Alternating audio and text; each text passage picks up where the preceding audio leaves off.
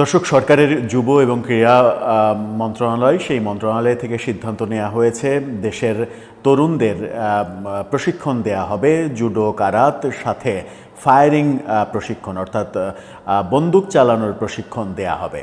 এই সিদ্ধান্ত যখন নেওয়া হয়েছে এবং উপদেষ্টা আসিফ মাহমুদ সজীব ভুঁইয়া যখন এই সিদ্ধান্তের কথা সামাজিক যোগাযোগ মাধ্যমে জানিয়ে দিয়েছিলেন, তারপর থেকেই আলোচনা চলছে, সমালোচনা চলছে। এই অস্ত্র প্রশিক্ষণের সিদ্ধান্ত কেন, কোন উদ্দেশ্যে এটা তৈরি করা হচ্ছে, এটা দিয়ে একটা বাহিনী তৈরি করার চেষ্টা আছে কিনা, নির্বাচন যখন এগিয়ে আসছে নির্বাচনের আগে আগে এরকম ব্যাপার কেন, নির্বাচন কেন্দ্রিক কোনো বাহিনী তৈরি করার পরিকল্পনা আছে কিনা, এরকম নানা আলোচনা চলছে। অনেকেই অভিযোগ করছেন যে জুলাই আগস্টে যে আন্দোলন এবং থানা লুটের ঘটনা ঘটেছিল, সেই লুট করা অস্ত্র দিয়ে একটা মিলিশিয়া বাহিনী গঠনের চেষ্টা করছেন আসিফ মাহমুদ সজীব ভুঁইয়া। সেরকম অভিযোগের পরিপ্রেক্ষিতেই গতকালকে চ্যানেল 24-এ একটা ভিডিও সাক্ষাৎকার দিয়েছেন। সাক্ষাৎকার মানে প্রশ্নোত্তর না, তিনি ভিডিওটা দেখলাম 8 মিনিটের একটু বেশি। এক নাগাড়ে তিনি বলে গেলেন যে তিনি কি করতে চাইছেন। সেখানে এই বলে যাওয়া ভিডিওতে আমরা বেশ কিছু ইনফরমেশন পেয়েছি এবং ইনফরমেশনের মধ্যে ভয়াবহ ইনফরমেশন সেটা হচ্ছে যে এক ধরনের যুদ্ধের প্রস্তুতি নেয়া। কার সঙ্গে যুদ্ধের প্রস্তুতি নিচ্ছে বাংলাদেশ, কিংবা সরকার মনে করছে কার সঙ্গে যুদ্ধ বাঁধতে পারে, কার সঙ্গে যুদ্ধ বাঁধলে এই বাহিনী কাজ করবে এবং এই বাহিনী আমাদের যে প্রতিরক্ষা বাহিনী আছে সেই বাহিনীর সাপোর্টিং শক্তি হিসেবে কাজ করবে এবং সাপোর্টিং শক্তি, অনেক বড় শক্তি যদি এরকমভাবে প্রশিক্ষণ দিয়ে তৈরি করতে পারে তাহলে বিভিন্ন দেশ আমাদেরকে ভয় পাবে, এরকম কথাও আমরা তার মুখ থেকে শুনলাম। কি বলতে চাইলেন, কি বোঝাতে চাইলেন এত সমালোচনার মুখে পড়া আসিফ মাহমুদ সজীব ভুঁইয়া, যার পিছু আসলে সমালোচনা কখনোই ছাড়ে না? একটু আলোচনা করে বোঝার চেষ্টা করব এই ভিডিওতে আদতে এই প্রশিক্ষণের মাধ্যমে কি হচ্ছে। লুট করা অস্ত্র দিয়ে মিলিশিয়া বাহিনী তৈরির যে সমালোচনা, সেই সমালোচনাটাকে তিনি কিভাবে খণ্ডন করার চেষ্টা করলেন। দর্শক, বলছিলাম সরকার সিদ্ধান্ত নিয়েছে তরুণ যুবক যুবতীদের অস্ত্র প্রশিক্ষণ দেবে, অস্ত্র চালানো প্রশিক্ষণ দেবে, সাথে জুডো, কারাত এগুলো প্রশিক্ষণও দেবে এবং এই প্রতিটা প্রশিক্ষণ হবে 15 দিনের প্রশিক্ষণ, সেখানে অস্ত্র চালানো শেখানো হবে এবং এই ধরনের প্রশিক্ষণ বিএনসিসি, স্কাউট সেখানে দেয়া হয়, এরকম যুক্তিও তিনি দিয়েছেন যে প্রশিক্ষণ তিনি নিজেও গ্রহণ করেছেন। আসিফ মাহমুদ সজীব ভুঁইয়া যখন এই চ্যানেল 24-এর সঙ্গে সাক্ষাৎকার দিলেন তখন বেশ কিছু তথ্য উঠে আসলো। সেই তথ্যগুলো একটা একটা করে আমরা আলোচনা করে বোঝার চেষ্টা করব এবং ভেতরে এই উদ্দেশ্যের ভেতরে একটু ঢোকার চেষ্টা করব। তার ভাষ্য অনুযায়ী আমরা জেনেছি যে 8,500 তরুণ তরুণীকে আপাতত প্রশিক্ষণ দেওয়ার সিদ্ধান্ত নেওয়া হয়েছে এবং তিনি বলছেন যে এই যে উদ্যোগ, সেই উদ্যোগ নাকি শেষ হবে 2027 সাল নাগাদ, অর্থাৎ নির্বাচনের আগে এই উদ্যোগ শেষ হবে না। নির্বাচনের আগে যেটা হতে পারে তার ভাষ্য অনুযায়ী যে 400-500 জনের ট্রেনিং সম্পন্ন হতে পারে, সেটা তিনি বলেছেন এবং এই ট্রেনিং করলে থাকা, খাওয়া এবং তাদেরকে একটা ভাতা 4200 টাকা করে প্রতিজনকে ভাতা দেওয়া হবে, সেই কথাও তিনি বলেছেন। তিনি সবথেকে মারাত্মক যে কথাটা বলেছেন যে এটার উদ্দেশ্য কি, কেন তিনি এটা করছেন। তিনি বলছেন যে পৃথিবীর বিভিন্ন দেশে তরুণ তরুণীদের বাধ্যতামূলক সামরিক ট্রেনিংয়ের ব্যাপার রয়েছে, সেখানে আমাদের উচিত আমাদের যে ফিক্সড ফোর্স, সেই ফোর্সের পাশে একটা সাপোর্টিং ফোর্স যদি আমরা তৈরি করতে পারি তাহলে এটা কাজে লাগবে। কারণ বিভিন্ন দেশে তিনি বলছেন যে বিভিন্ন দেশে যুদ্ধ হচ্ছে, বিভিন্ন দেশের নামও উল্লেখ করেছেন যে এখানে যুদ্ধ হচ্ছে, ওখানে যুদ্ধ হচ্ছে, ইরানের কথা বলেছেন, গাজার যুদ্ধের কথা বলেছেন, অনেক যুদ্ধের কথাই বলেছেন যে বিভিন্ন দেশে যুদ্ধ হচ্ছে। সুতরাং এই যুদ্ধের পরিপ্রেক্ষিতে আমাদেরও প্রস্তুতি রাখা উচিত। কেন প্রস্তুতি রাখা উচিত? কারণ একটি বড় দেশ আমাদেরকে হুমকি দিয়েছে অলরেডি।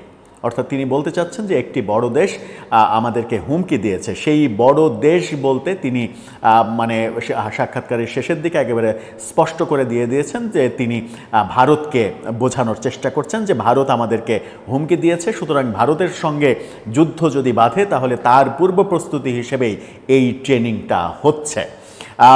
সাপোর্টিং বাহিনী যদি থাকে, এরকম একটা সাপোর্টিং বাহিনী তার মতে 20-30 হাজার প্রতি বছরে প্রশিক্ষণ দেওয়া উচিত, এবং প্রশিক্ষণ দিয়ে কয়েক লক্ষ সাপোর্টিং বাহিনী যদি আমরা তৈরি করতে পারি তাহলে ভারতের মতো পরাশক্তিরা আমাদেরকে ভয় পাবে, এবং ভারতকে ভয় দেখানোর জন্যই মূলত এই উদ্যোগ। মানে তার কথাতে মনে হচ্ছে যে ভারতের সঙ্গে যুদ্ধ বোধহয় লাগলোই, ভারতের সঙ্গে যুদ্ধ বাঁধার পরিপ্রেক্ষিতে পুলিশ, আর্মি, সেনাবাহিনী, বিমান বাহিনী তাদেরকে সাপোর্ট করার জন্য একটা প্রশিক্ষিত বাহিনী দরকার, প্রশিক্ষিত একটা জনবল দরকার। সেই জনবল তৈরি করতে তিনি উদ্যোগী হয়েছেন, এবং তিনি এটাও বলেছেন যে তিনি যদি সুযোগ পান, পরবর্তীতে যদি সুযোগ পান তাহলে তিনি এটা প্রতিষ্ঠিত করে ছাড়বেন। বছরে 20-30 হাজার জনকে প্রশিক্ষণ দিয়ে একটা বিশাল জনগোষ্ঠী তিনি তৈরি করতে চান। মিলিশিয়া বাহিনী তৈরির, অস্ত্র লুট করা, জুলাই আন্দোলনে লুট করা অস্ত্র দিয়ে মিলিশিয়া বাহিনী তৈরি করছি এমন কথা যারা বলছে তারা ভারতের দালাল। তিনি সরাসরি বলেছেন যে এই কথা যারা বলছে তারা ভারতের লেসপেন্সার, এবং তাদের কথাতে তো আর আমরা কোনো সিদ্ধান্ত নেব না বা তাদের বিরুদ্ধে প্রস্তুতি বন্ধ করে দেব না। খুবই গুরুত্বপূর্ণ এবং ভয়াবহ কথা তিনি বলেছেন। জুলাই আন্দোলনে আরও ভয়াবহ যে কথাটা, সেটা হচ্ছে যে জুলাই আন্দোলনে আমরা ইট পাটকেল নিয়ে মোকাবেলা করেছিলাম। এরকম প্রশিক্ষিত বাহিনী থাকলে যে কোনো এরকম জরুরি পরিস্থিতি মোকাবেলা করা সহজ হবে। অর্থাৎ তিনি স্পষ্ট করে দিয়েছেন যে জুলাই আন্দোলনের মতো যদি সামনে আর একটা আন্দোলনের প্রয়োজন হয় তাহলে এই প্রশিক্ষিত বাহিনী যেন মানে কাজে দেয়, তারা যেন মানে সরকারের বাহিনীর সঙ্গে যুদ্ধ করতে পারে, কিংবা এই বাহিনীটা যেন সশস্ত্র বাহিনী হিসেবে গড়ে উঠতে পারে, সেই জন্যই এই কাজটা করা হয়েছে। খুবই সিগনিফিক্যান্ট একটা পয়েন্ট যে জুলাই আন্দোলনে আমরা ইটপাটকেল নিয়ে মোকাবেলা করেছি আইন শৃঙ্খলা রক্ষাকারী বাহিনীর, তখন যদি এরকম একটা প্রশিক্ষিত বাহিনী থাকতো তাহলে আমাদেরকে এত বেগ পেতে হতো না। এই আসিফ মাহমুদ সজীব ভুঁইয়াকেই আমরা বলতে শুনেছিলাম যে আমাদের সশস্ত্র যুদ্ধের প্রস্তুতি ছিল, যদি 5 তারিখে শেখ হাসিনা সরকারের পতন না হতো তাহলে হয়তো আমরা সশস্ত্র আন্দোলনে যেতাম। সেখানেই প্রশ্ন উঠেছিল যে সশস্ত্র আন্দোলনে যাওয়ার ক্ষেত্রে যে অস্ত্র প্রয়োজন সেই অস্ত্র কোত্থেকে আসতো। এছাড়াও তিনি যেটা বলেছেন সেটা হচ্ছে যে এই প্রশিক্ষণে যে ফায়ারিং শেখানো হবে সেটা নাকি এয়ারগান দিয়ে শেখানো হবে, এখানে মরণঘাতী কোনো অস্ত্র দিয়ে তাদের প্রশিক্ষণ দেওয়ানো হবে না, এবং এয়ারগান ফায়ার করা শেখাবে। একটা বাহিনী তো প্রশিক্ষিত বাহিনীকে এয়ারগান ফায়ার করা শেখাবে। এয়ারগান ফায়ার করা কি শেখানোর কোনো প্রয়োজন আছে? যে কোনো মানুষই তো এয়ারগান ফায়ার করতে পারে। যেমন আমরা বিভিন্ন মেলা কিংবা শাহবাগে যদি আপনি এখনও যান ছবিরহাটে কিংবা সোহরাওয়ার্দী উদ্যানে, দেখবেন যে ওই বেলুন সাজিয়ে রেখেছে, ইয়ারগান দিয়ে বেলুন ফাটানোর ব্যাপারগুলো আমরা দেখি, যে কয়টা গুলি করতে পারবে তার জন্য 20 টাকা, 30 টাকা, 50 টাকা দিলেই বেশ কয়েকটা গুলি করে বেলুন ফাটানো যায়। তো এই বেলুন ফাটানো কর্মসূচি যদি এই প্রশিক্ষণের ব্যাপারে ব্যবহৃত হয় তাহলে সেটাও একটা হাস্যকর পর্যায়ে চলে যায় কিনা সেটাও একটা বড় ব্যাপার। তিনি বিএনসিসি স্কাউটের উদাহরণ দিয়ে বলেছেন যে সেখানে অস্ত্র চালানোর প্রশিক্ষণ দেয়া হয় বিশেষ ক্যাডারদের, বিএনসিসি স্কাউটের বিশেষ ক্যাডারদের দেয়া হয়, এবং যে প্রশিক্ষণ আমি নিজেও নিয়েছিলাম। তিনি মানে একাধিকবার স্পষ্ট করে যেটা বলেছেন সেটা হচ্ছে যে ভারতীয় লেসপেন্সারদের কথা আমরা শুনব না। অর্থাৎ এটার বিরুদ্ধে যারা কথা বলছে, তার এই উদ্যোগের বিরুদ্ধে যারা কথা বলছে, যারা সমালোচনা করছে, তারা হচ্ছে ভারতের দালাল, ভারতের লেসপেন্সার। তারা ভারতকে রক্ষা করার জন্য এই কথা বলছে। আমরা যেন এরকম উদ্যোগ না নিই, থেমে যাই, তাহলে ভারতের একটু লাভ হবে, এরকম একটা ব্যাপার বোঝাতে চেয়েছেন। অর্থাৎ তিনি যে প্রশিক্ষণের উদ্যোগ নিয়েছেন তাতে করে ভারত খুব ভয় পাবে। ভারত ভয় পেয়ে হয়তো জড়সড় হয়ে কাঁপাকাঁপি শুরু করবে যে এই প্রশিক্ষিত বাহিনী, এয়ারগান ফায়ার করা এই প্রশিক্ষিত বাহিনী ভারতীয় যে বিশাল বহর, বাহিনীর যে বহর, সেই বহরকে ভয় পাইয়ে দিতে পারবে। এখানে যে প্রশ্নগুলো এসেছে সেটা হচ্ছে যে চতুর্দিকে যে আলোচনাগুলো হচ্ছে সেটা হচ্ছে অনেকেই বলছেন এই প্রশিক্ষণ নিয়ে যদি প্রশিক্ষিত যারা হচ্ছেন তারা যদি সন্ত্রাসী বাহিনী গড়ে তোলে তাহলে আসিফ মাহমুদ সজীব ভুঁইয়া কিংবা তার মন্ত্রণালয় কিংবা সরকার ঠেকাবে কীভাবে?